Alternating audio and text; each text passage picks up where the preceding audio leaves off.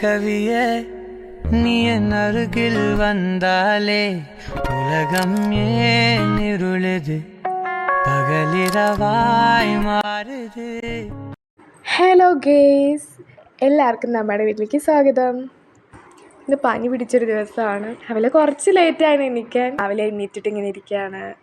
കുറച്ച് കഴിഞ്ഞിട്ട് നമ്മൾ അതിനെ വിളിക്കാൻ വേണ്ടി മദ്രസയിൽ പോകുമായിരുന്നു. ഞാനും ഉമ്മയുടെ കൂടെ പോയി ടാബ്ലറ്റൊക്കെ വാങ്ങിക്കുന്നുണ്ടായിരുന്നു.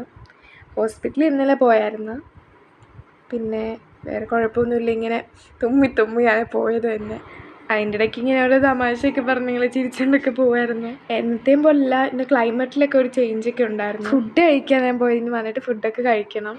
ഇവിടുത്തെ പ്രകൃതി ഭംഗിയൊക്കെ ആസ്വദിച്ചുകൊണ്ട് പോകുമായിരുന്നു. പനിയൊക്കെ ആണെങ്കിലും പുളിമുട്ട വിട്ടൊരു കളിയില്ല.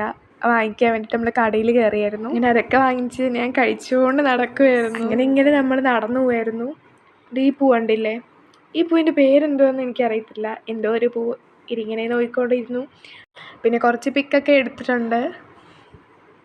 പിന്നെ തോടിൻ്റെ ഭംഗിയൊക്കെ ആസ്വദിച്ചുകൊണ്ട് നമ്മളിങ്ങനെ നടന്നു പോയി. കുറച്ചധികം ആൾക്കാരൊന്നും ഇല്ലായിരുന്നു ഈ സമയം റോഡിൽ.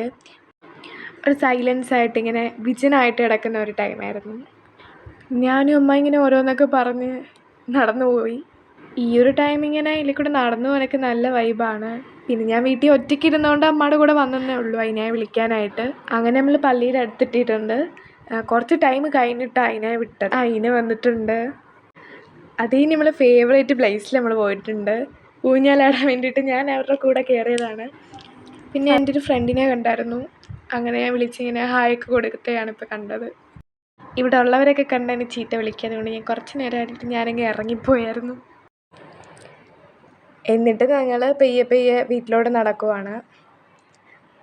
നല്ല വെയിലായിരുന്നു ഈ സമയം. അമ്മയുടെ കുട പിടിച്ചൊക്കെ നടക്കുവാണ്. ഇനി വീട്ടിലൊക്കെ പോയിട്ട് വേണം നമുക്ക് ഫുഡ് കഴിക്കാൻ. സാറ്റർഡേ ആയതുകൊണ്ട് അതിനൊക്കെ 8 മണി മുതൽ 11 മണി വരെ ആയിരുന്നു ക്ലാസ്. അല്ലെങ്കിൽ രാവിലെ ആയിരിക്കും.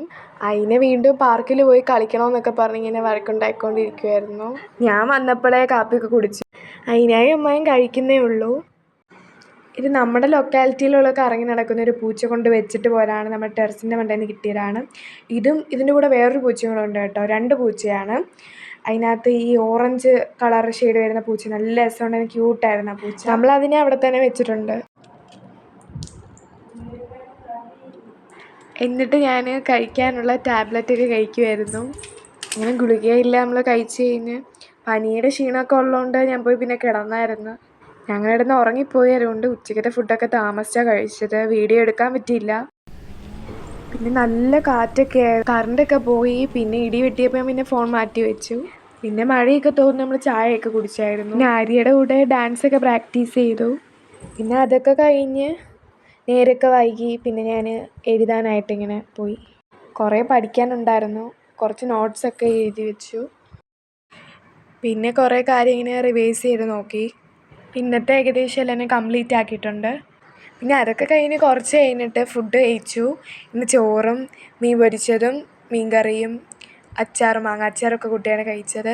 പിന്നെ എന്തോ ഒരു തോരനുണ്ടായിരുന്നു, അതിനെ എടുത്തില്ല. ഞാൻ ഇത്രേ എടുത്തുള്ളൂ. പനിയാണെങ്കിലും നല്ല വിശപ്പുണ്ടായിരുന്നു. ടേസ്റ്റൊന്നും അറിയാൻ പറ്റത്തില്ലെങ്കിലും ഞാൻ മുഴുവനും കഴിച്ചിട്ടുണ്ട്. അപ്പോൾ ഇന്നത്തെ നമ്മുടെ ഡേ ഇൻ മൈ ലൈഫ് ഇത്രയേ ഉള്ളൂ. എല്ലാവർക്കും ഇഷ്ടപ്പെടുന്നു വിചാരിക്കുന്നു. സബ്സ്ക്രൈബ് ചെയ്യുക, സപ്പോർട്ട് ചെയ്യുക. ബൈ.